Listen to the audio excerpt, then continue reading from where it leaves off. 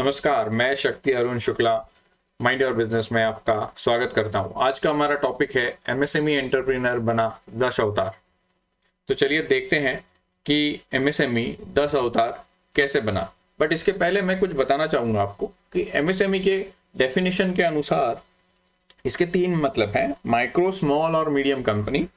Micro है जिसका investment plant and machinery में उसकी लागत 1 करोड़ से कम हो, और दूसरा उसका टर्नओवर जो है पूरे सालाना सेल्स वो 5 करोड़ से कम हो, तो वो होता है माइक्रो। स्मॉल होता है जिसका इन्वेस्टमेंट 10 करोड़ तक हो और उसका टर्नओवर 50 करोड़ तक हो।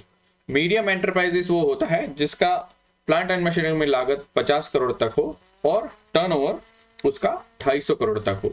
इन तीनों में एक्सपोर्ट का टर्नओवर काउंट नहीं किया जाता है।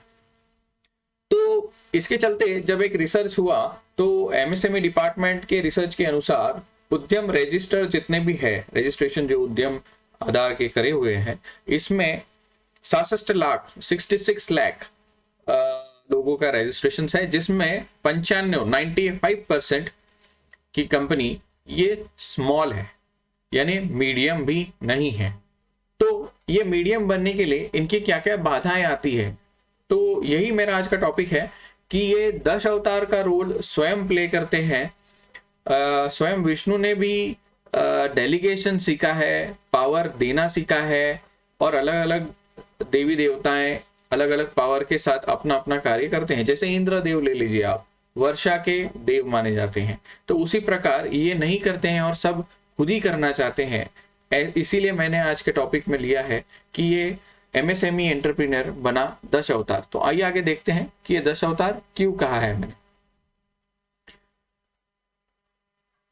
इसके पहले कि हम टॉपिक करें, मैं ये बताना चाहूंगा कि you can not grow your business, you can only grow the people who can grow the business. आप अपना कारोबार तब तक नहीं बढ़ा सकते हैं जब तक कि आप लोगों को बढ़ाएंगे नहीं, उनकी क्षमता बढ़ाएंगे नहीं, कैपेबिलिटी बढ़ाएंगे नहीं, उनकी ट्रेनिंग दे करके उनको काबिल बनाएंगे नहीं।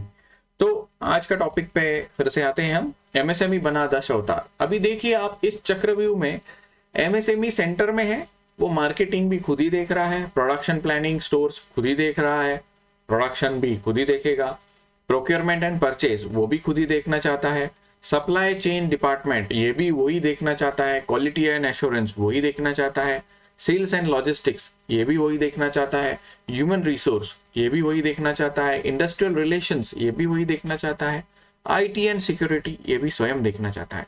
अभी इन स्वयं सारी चीजों को कोई भी एक आदमी अकेला नहीं देख सकता है। कुछ हद तक देखा जा सकता है, बट हर चीज में एक्सपर्ट होना मुश्किल है, आज के दौरान में तो मुश्किल है।